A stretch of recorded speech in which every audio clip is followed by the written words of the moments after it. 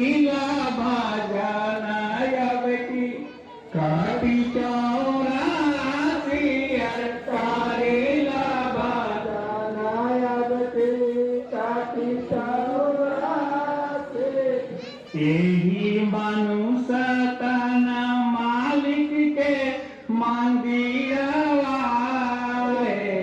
मनुष्य तना मालिक के मंदिरवा यही मनुष्य तन मालिक के मंदिरवा यही मनुष्य तन मालिक के मंदिरवा दिन रात बाजे भैया छत्तीसो बजाना दिन रात बाजे भैया छत्तीसो बजाना दिन रात बाजे भैया छत्तीसो बजाना दिन रात बाजे भैया छत्तीसो बजाना तब कहे जाला भैया तब कहे जाला भैया मथुरा और काशी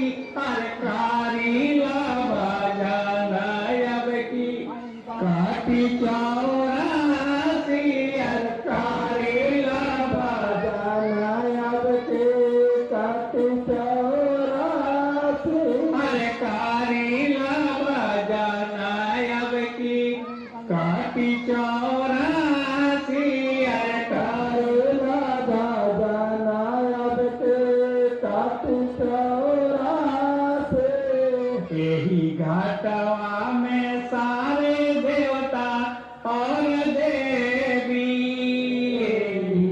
घाटवा में सारी देवता देवी यही घाटवा में सारे देवता और देवी घाटवा में सारे देवता और देवी घाटवे में मिल जाइए सता गुरु देवी घाटवे में मिल जाइए सता देवी घाटवे में मिल जाइए सता गुरु देवी घाटवे में मिल जाइए सता देवी भजन से पाई जैबा भजन से पाई जैबा जय गुरुदेवा विनाशी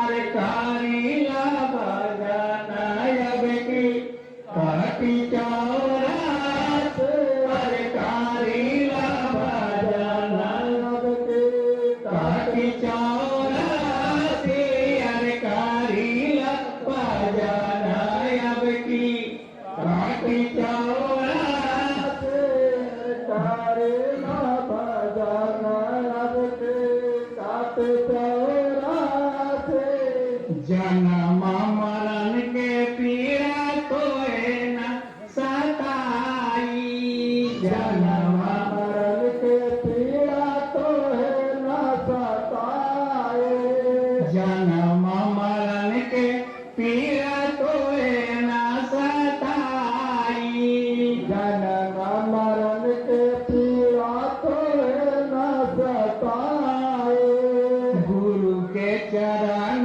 जब लेवाया पहनाई गुरु के चरण लेवाया पहनाई गुरु के चरण जब लेवाया पहनाई गुरु के चरण जब लेवाया पहनाई भजन बनाई तो के भजन बनाई तो के सच खंड बासी अरकारी बजाना अब की काटी चौरासी अरकारी बजाना अब की काटी चौरासी जय गुरुदेव नाम प्रभु का प्यारा नाम। जय गुरुदेव। प्रेमियों, भजन तो करना पड़ेगा। मालिक ने कहा कि ना तुमसे ध्यान होगा ना भजन होगा, कुछ नहीं होने वाला, कुछ नहीं होने वाला। तब उन्होंने कहा कि तू हम पर दृढ़ विश्वास कर लो, मैं भवसागर पार करने की गारंटी देता हूं। अब जो है आसान और क्या हो सकता है। सतगुरु का खेल कैसा होता है, यदि किसी को वो बता दिए होंगे तो समझ में आएगा, ऐसे जो है बताने से समझ में नहीं आएगा, हमारे कहने से समझ में नहीं आएगा। वो तो खेल जो है उनके और आपके बीच होता है, हमारे और उनके बीच होता है। वो जानते हैं यह खेल है कैसा है। प्रेमियों, बीच में जो गुरु है, सारा काज, सारा सत्संग, सारी सेवाएं सब उन्हीं के लिए, सब उन्हीं के लिए है। वो देखते हैं हमारे बच्चे क्या करते हैं, हमारे लिए क्या करते हैं, हमारे बच्चों के लिए क्या करते हैं, सब उन्हीं का खेल है। और जो उन्हीं के खेल में समाहित हो गया उसका काम हो गया। आप गुरु नानक देव साहब का नाम सुने होंगे, ध्यान से सुनिएगा। जय गुरुदेव नाम प्रभु का, जय गुरुदेव नाम प्रभु का। सिखों के गुरु गुरु नानक देव साहब,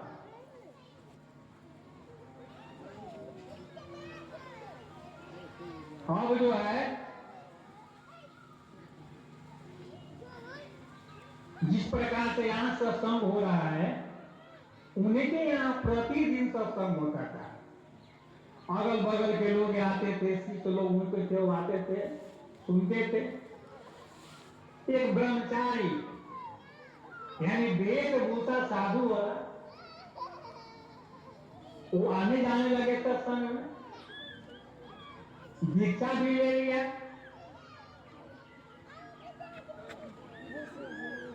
गुरु नानक साहब बार बार सत्संग में सुनाते थे मालिक की दया, मालिक की मौत।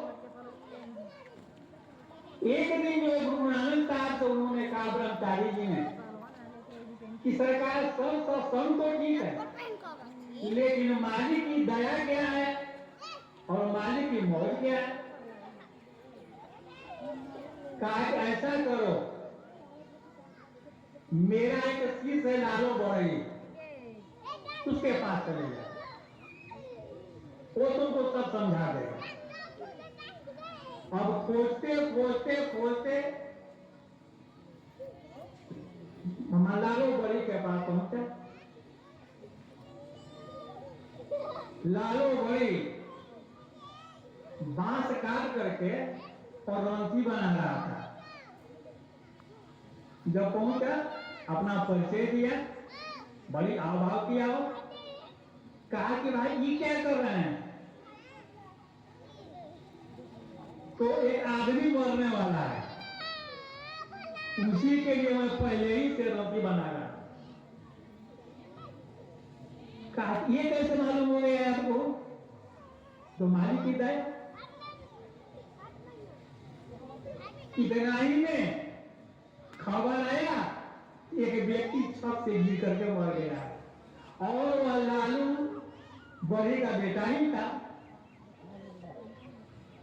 ब्रह्मचारी जी ने पूछा कि जब तुमको मालूम था कि हमारा बेटा छत पर से गिर कर मरने वाला है, तो तुमने क्यों नहीं बताया। इन्होंने कहा मालिक की दया, और मालिक की दया अब आप पर भी होने वाली है ब्रह्मचारी जी। तो हमारी क्या दया होगी। तो जो सामने जंगल है, जो उसमें सबसे ऊंचा पेड़ है, आपको कल जो है वहीं पर फांसी होने वाली है।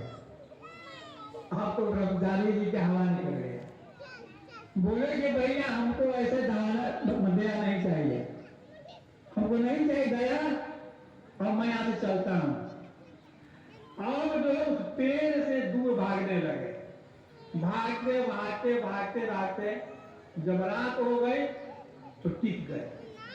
और सब मैंने बोले कि अब तो मैंने बहुत दूर निकल गया, अब कैसे होगा फांसी।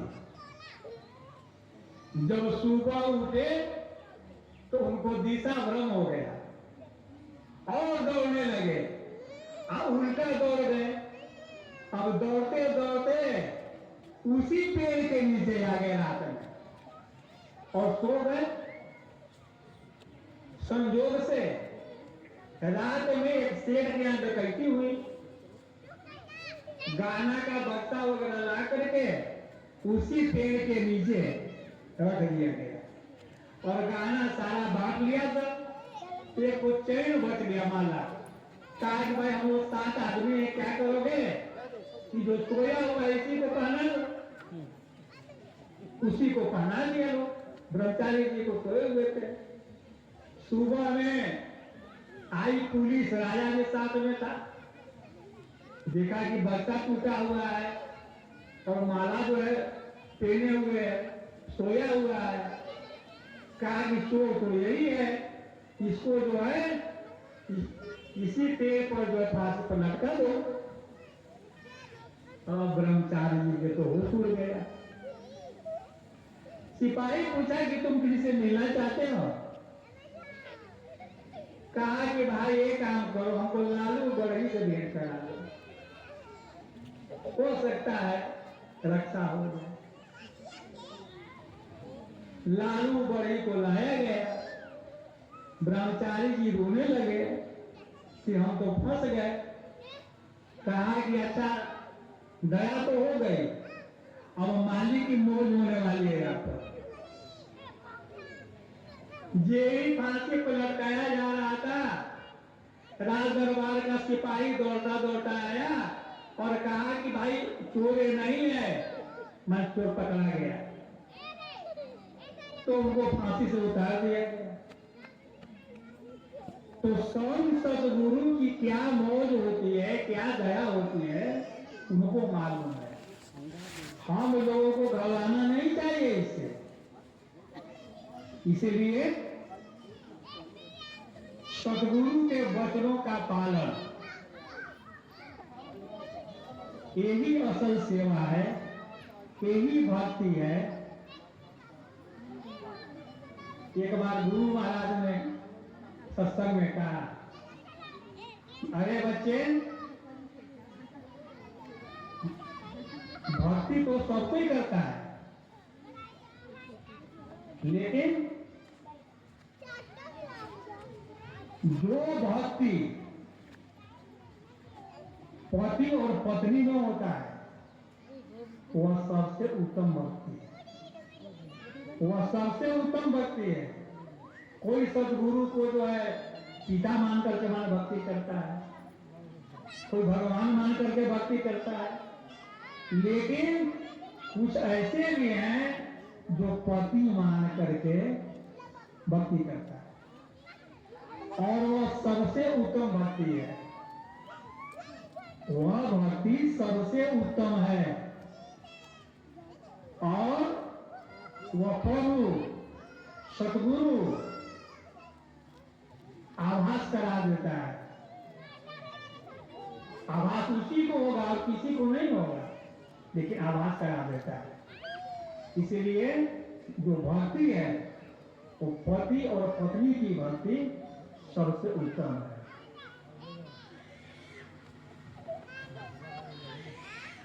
जय गुरुदेव नाम प्रभु का, जय गुरुदेव नाम प्रभु का। सदगुरु आपकी चुनरी को साफ करने के लिए आया है। जो आत्मा है वह आपकी चुनरी है और मैल जो है उसके ऊपर में चढ़ गया है। कैसे चढ़ा? तो कभी आप कुत्ते की जोनी में गए, कभी आप बिल्ली की जोनी में गए, कभी सुअर की जोनी में गए, कभी पेड़ पौधे की जोनी में गए। जन्मते मरते आपकी चुनरी जो है दागदार हो गई, एकदम दागदार हो गई। इसलिए इस सतगुरु जो है कभी कभी दया करके उस चुनरी को साफ करने के लिए आता है, और जो उनकी बात को मान लेता है उसकी चुनरी को साफ करके अपने घर पे पहुंचा देते हैं। जय गुरुदेव नाम प्रभु का। जय गुरुदेव नाम प्रभु का। पति जो है अपनी पत्नी से कह रही है, चुंगरी धुला लगानी, चुंगरी धुला लगानी, बना अब की काम हो, और साता गुरु धोवे, चुंगरी तोहार हो, यार साता गुरु धोवे, चुंगरी तोहार हो, अरे स्वामी जी धोवे, चुंगरी तोहार हो, यार स्वामी जी धोवे, चुनरी तोहार हो। ई चुंगरी बा सकलोक बासी, ई चुंगरी बा सकलोक बासी, ई चुंगरी बा सकलोक बासी,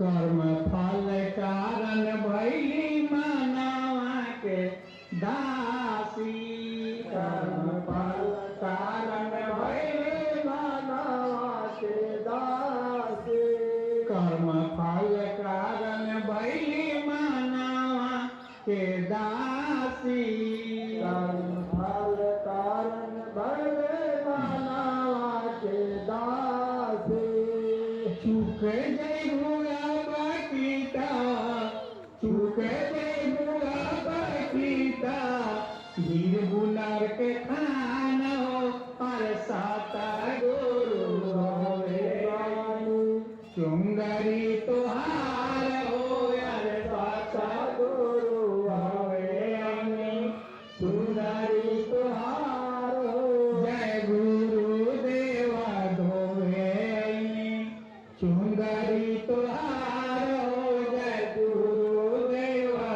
धोवे, चुनरी तोहार हो।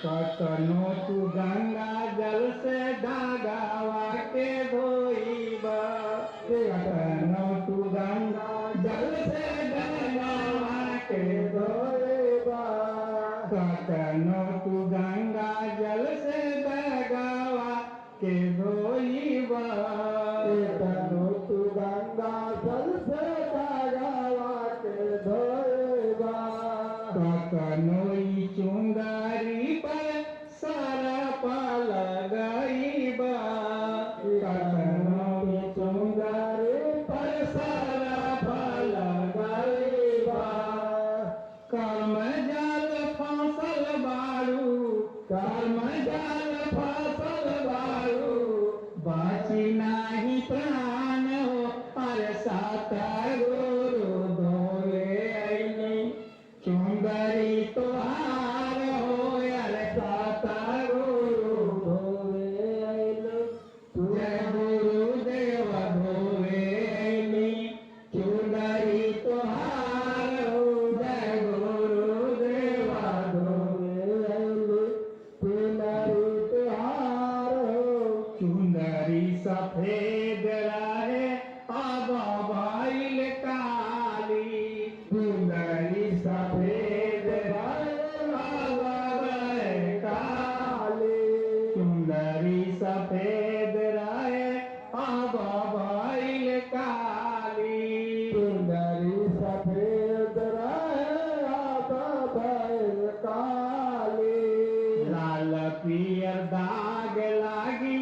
बन गई जाली लाल पियर दाग लागे बन गई जाली बिना सतगुरु दाग बिना सतगुरु दाग छूटी ना तोहार हो और सतगुरु धोवे ऐनी सुंदरी तोहार हो और स्वामी जी धोवे ऐनी सुंदरी तोहार हो जय गुरुदेव धोवे ऐनी सुंदरी तोहार हो जय गुरुदेव जय गुरुदेव नाम प्रभु का जय गुरुदेव नाम प्रभु का प्यारा नाम जय गुरुदेव मालिक का सच्चा नाम जय गुरुदेव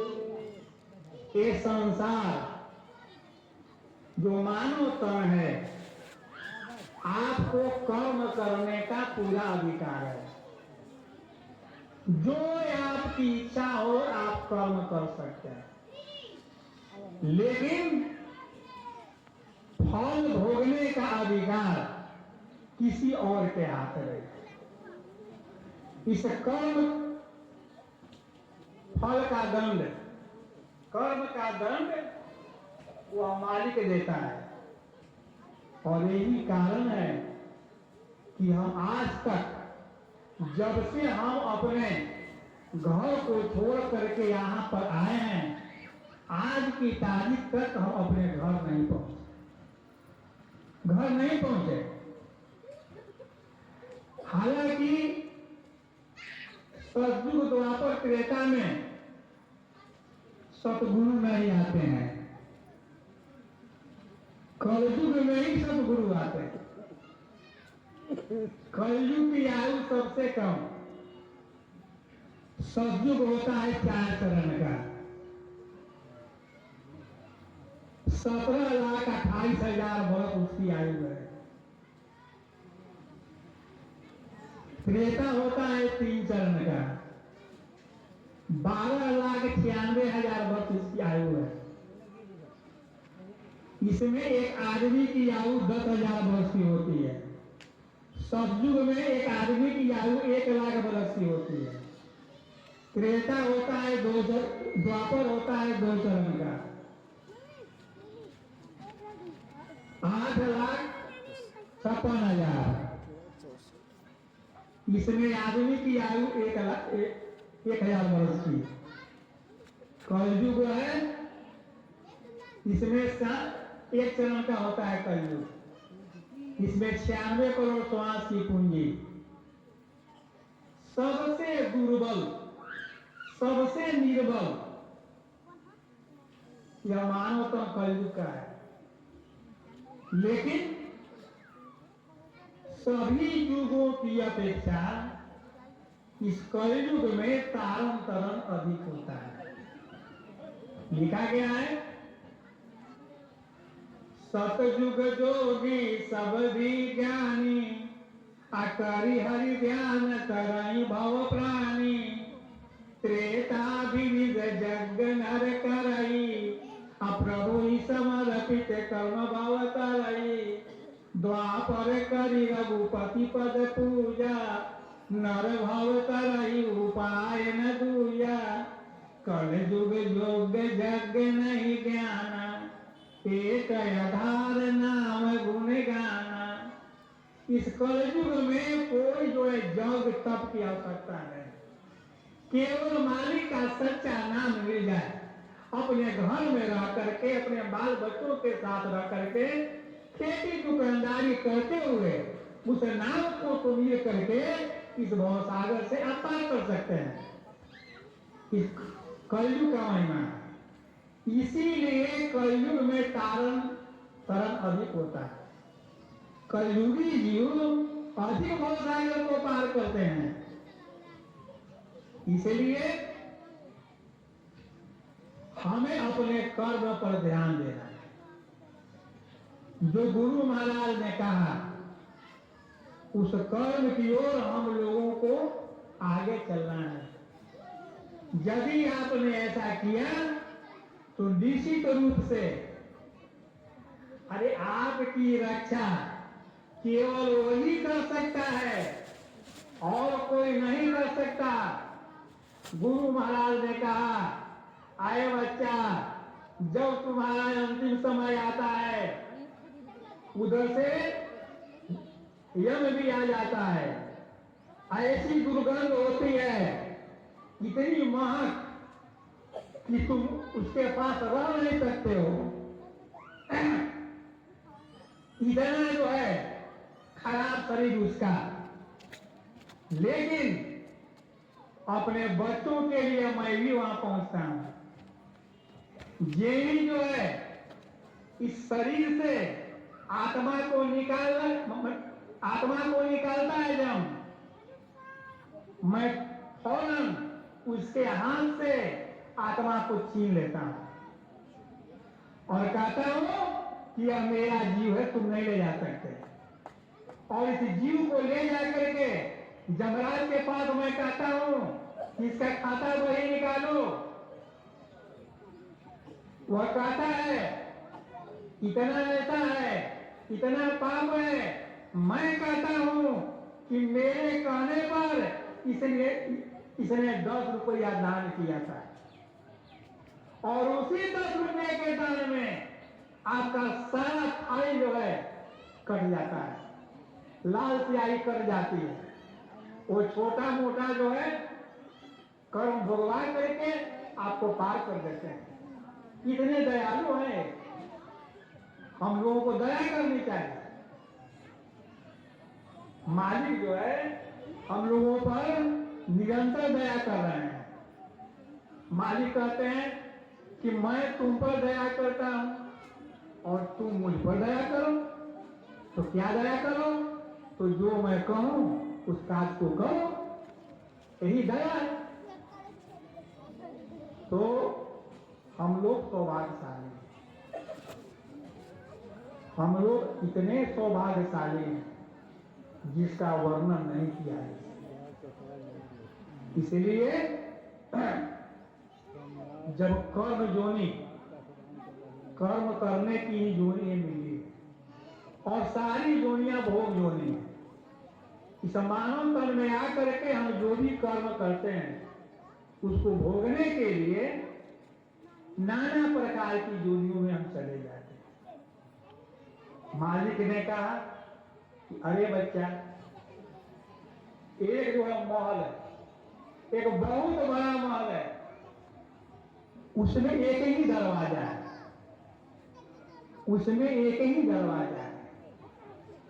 एक अंधा आदमी चारों तरफ घूमते घूमते दीवार पकड़ करके जेडी उस दरवाजे के पास आता है, उसके सर में खुजली होने लगती है और वो खुजलाने लगता है और उस दरवाजे को छोड़ करके पार हो जाता है, फिर चक्कर लगाना शुरू करता है। यही खेल हम लोगों के साथ है। जब भी कोई उस दरवाजे पर हमको बतलाने वाला होता कि अरे बेटा देखो यही दरवाजा है, इस दरवाजा से बाहर हो जा, तो हम फौरन बाहर हो जाए। लेकिन हमको बतलाने वाला आज तक कोई नहीं मिला। यही कारण है कि हम अभी तक पार नहीं हुए। इतना काल माया का खेल है, मिनटों में बर्बाद देगा, मिनटों में पागल कर देगा, मिनटों में रास्ते से हटा देगा। यदि सतगुरु का साथ न रहे तो किसकी ताकत है जो इस काल माया के देश में एक डेग आगे बढ़ जाए। ऐसा ऐसा माया का जाल छीटा हुआ है यहाँ पर, आप 1 मिनट नहीं जो टिक सकते। विश्वामित्र, उनको मेनका ने फंसा दिया, सारा तपस्या को बंद कर दिया। आपको बड़े बड़े ऋषि कोई काम में फंस गया, कोई क्रोध में फंस गया, कोई लोभ में फंस गया। और यही कारण है इस काल माया के देश से आज तक कोई नहीं निकल पाया। मालिक कहते हैं कि अरे बच्चा, इस काल माया के देश में ही रह करके यहां से तुमको चलना है, और कोई रास्ता है ही नहीं। एक ही रास्ता है, एक ही रास्ता से आए हो और एक ही रास्ते से जाओगे। साउंड के साथ, आवाज के साथ यहां पर आए हो और उसी साउंड और आवाज को पकड़ करके तुम सचखंड में जाओगे, और कोई रास्ता नहीं। एक बार कबीर साहब एक गांव में घूम रहे थे, तो एक तेली साहु जी केलू पेर रहे थे, यानी तेल निकाल रहे थे। उसकी आवाज आई कबीर साहब की कानों में। वो तो सब देख रहे हैं। कहा कि अरे भाई, इस साहु जी की कल मृत्यु होने वाली है और इसके जीवन में एक भी जो है पुण्य नहीं है। जब से ही जन्म लिया तब से केवल पाप ही पाप इसमें है, केवल ठगी ही ठगी है। इसने केवल लोगों को ठगा है, कोई पुण्य नहीं है। दया आ गई। वो साहब जी के यहां पहुंच गए। आगे साहब जी, अब केलू चलाना बंद कर दो, आ उधर। आया उतर कर, कहा कि देखो, कल तुम्हारी मृत्यु होने वाली है। कल तुम इस संसार को छोड़ करके चले जाओगे। आज मैं तुमको सत्संग सुना दिया, संत का दर्शन हो गया, तो तुम्हारे जीवन में एक पुण्य बन गया, एक पुण्य बन गया। जब तुम्हारी मृत्यु हो जाएगी